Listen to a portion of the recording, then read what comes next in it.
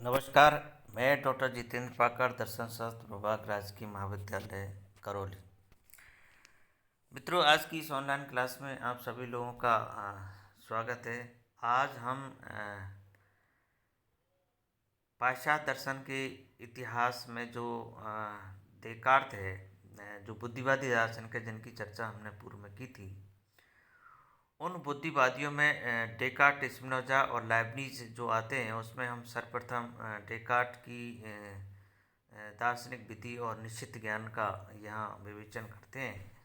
इससे पूर्व हमने बुद्धिवाद और अनुभववादी जो दार्शनिक है, उनकी कुछ सामान्य जो जानकारी है वो हमने आपको दी थी।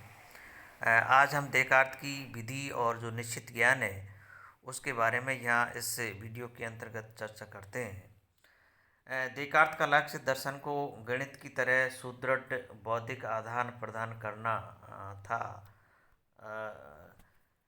जिससे असंदिग्ध और निश्चयात्मक ज्ञान मिल सके।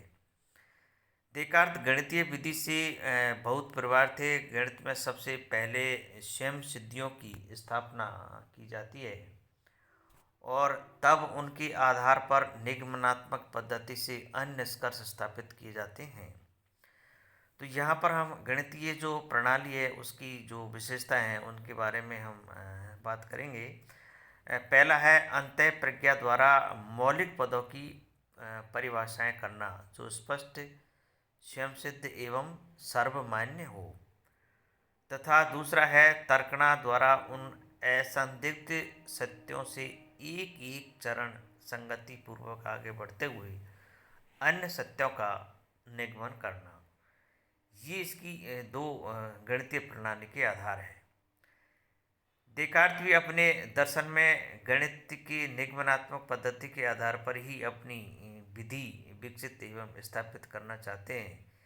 इस आशय से डेकार्ट ने जिस पद्धति का प्रतिपादन किया उसे डेकार्ट की विधि या कार्टेशियन मेथड कहा जाता है।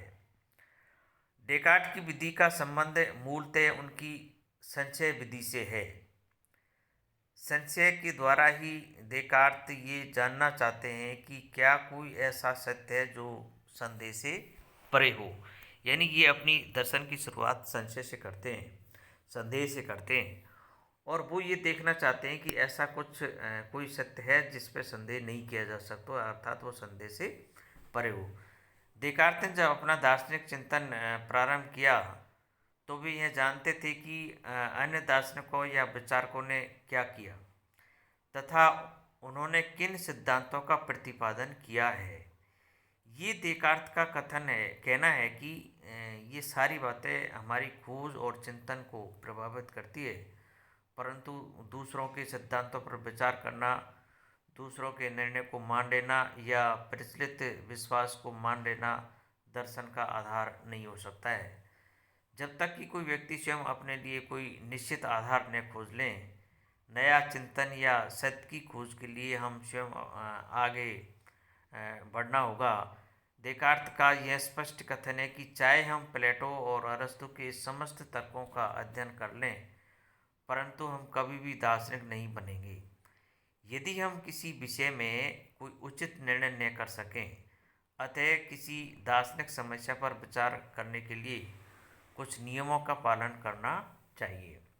तो ये डेकार्ट की इस प्रकार से मानता है कि चाहे हम किसी भी दार्शनिक का किन्हीं भी सिद्धांतों को कितना भी अध्ययन कर लें, लेकिन जब तक हम दार्शनिक नहीं बन सकते जब स्वयं हम चिंतन नहीं प्रारंभ करें। डेकार्ट अपनी दार्शनिक विधि में बुद्धि को महत्वपूर्ण स्थान प्रदान करते हैं। उनके अनुसार संसार की सभी वस्तुओं में से सबसे सुंदर बुद्धि का ही सबसे अधिक समान वितरण या महत्व है। इनके अनुसार बुद्धि ही वह शक्ति है जिसमें यथार्थ ज्ञान प्राप्त करने की तथा यथार्थ ज्ञान को अयथार्थ ज्ञान से पृथक करने की क्षमता विद्यमान है। बुद्धि, चूंकि ये बुद्धिवादी दार्शनिक है इसलिए बुद्धि को ज़्यादा महत्व देते हैं। बुद्धि ही इन्हीं क्षमताओं को बुद्धि का स्वाभाविक प्रकाश, नेचुरल लाइट्स ऑफ रीजन कहते हैं। इस बुद्धि के दो व्यापार है, दो प्रकार है, प्रतिभान और निगमन।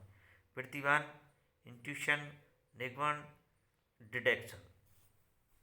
अब हम यहाँ एक एक करके इन दोनों को समझने का प्रयास करते हैं।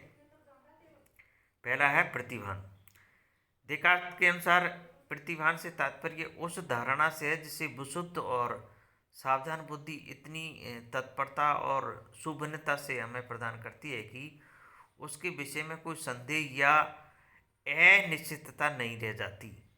यह कोई इंद्रिय ज्ञान या काल्पनिक ज्ञान नहीं होकर के बुद्धि का निरीक्षण है।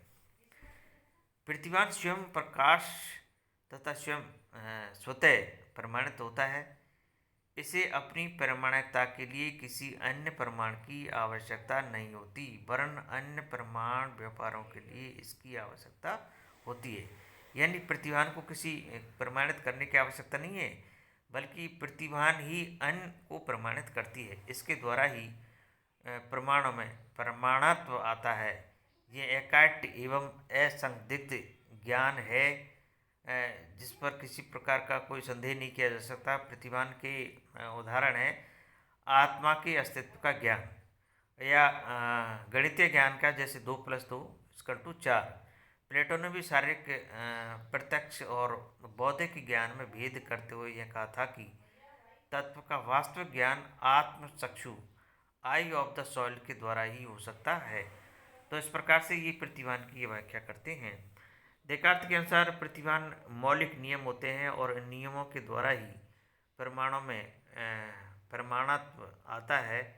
यदि इन नियमों को भी किसी अन्य नियम से सिद्ध करने की आवश्यकता मानी गई तो फिर वहाँ अनवस्था दोष उत्पन्न हो जाएगा। इसलिए यहाँ इसे स्वतः प्रमाणिक माना गया है। तो प्रतिभान को ये इस प्रकार से स्वतः प्रमाणित मानते हैं। दूसरा है निगमन। निगमन प्रतिभान पर आधारित वह पद्धति है जिसमें प्रतिभान द्वारा स्थापित आधार वाक्यों से निष्कर्ष निकाले जाते हैं। चूँकि निगमन प्रतिभान आधारित होता है, अतः यह प्रतिभान की भांति एकाट और सत्य होता है। क्योंकि ये भी एकाट और सत्य इसलिए होता है क्योंकि प्रतिभान पर आधारित होता है, परंतु प्रतिभान के समान यह स्वतः सिद्ध नहीं होता। एकाट और सत्य तो होता है, संदेह रहित तो होता है, लेकिन स्वतः सिद्ध नहीं होता क्योंकि ये प्रतिभान से सिद्ध होता है। इसलिए इसकी प्रमाणिकता को सिद्ध करने की आवश्यकता होती है। यह प्रतिभान की भांति अपरोक्ष ज्ञान न होकर परोक्ष ज्ञान है। इससे स्पष्ट है कि डेकार्ट के अनुसार बुद्धि ही ज्ञान का एकमात्र स्रोत है तथा प्रतिभान और निगमन इसके व्यापार है। ज्ञान की प्रत्येक प्रक्रिया में दोनों विद्वान रहते हैं। इनसे प्राप्त ज्ञानी विशुद्ध ज्ञान है। सत्य की अनुसंधान विधि में प्रतिभान और निगमन की संयुक्त प्रक्रिया काम करती है। इस रूप में प्रतिभान और निगमन ही डेकार्ट की दार्शनिक प्रणाली के वास्तविक अंग के रूप में उभर कर सामने आते हैं, परंतु इनका विशुद्ध रूप में प्रयोग हमारे लिए कठिन है क्योंकि बुद्धि पर शरीर का प्रभाव पड़ता है और शरीर के प्रभाव में आकर बुद्धि विकृत हो जाती है। जनश्रुति, परंपरा, लोकाचार तथा गलत शिक्षा भी मानव बुद्धि को दूषित करती है। फलस्वरूप बुद्धि अनेक पूर्व धारणाओं, मान्यताओं, अंधविश्वासों से ग्रसित हो जाती है। तो ये इस प्रकार से ये जो बुद्धि है वो बुद्धि कई चीज़ों से ग्रसित हो जाती है और अंधविश्वास होकर ये विकृत हो जाती है। यद्यपि आज हमने डेकार्ट की जो दार्शनिक पद्धति है उसकी जो नियम है उन नियमों की अगले वीडियो में हम चर्चा करेंगे।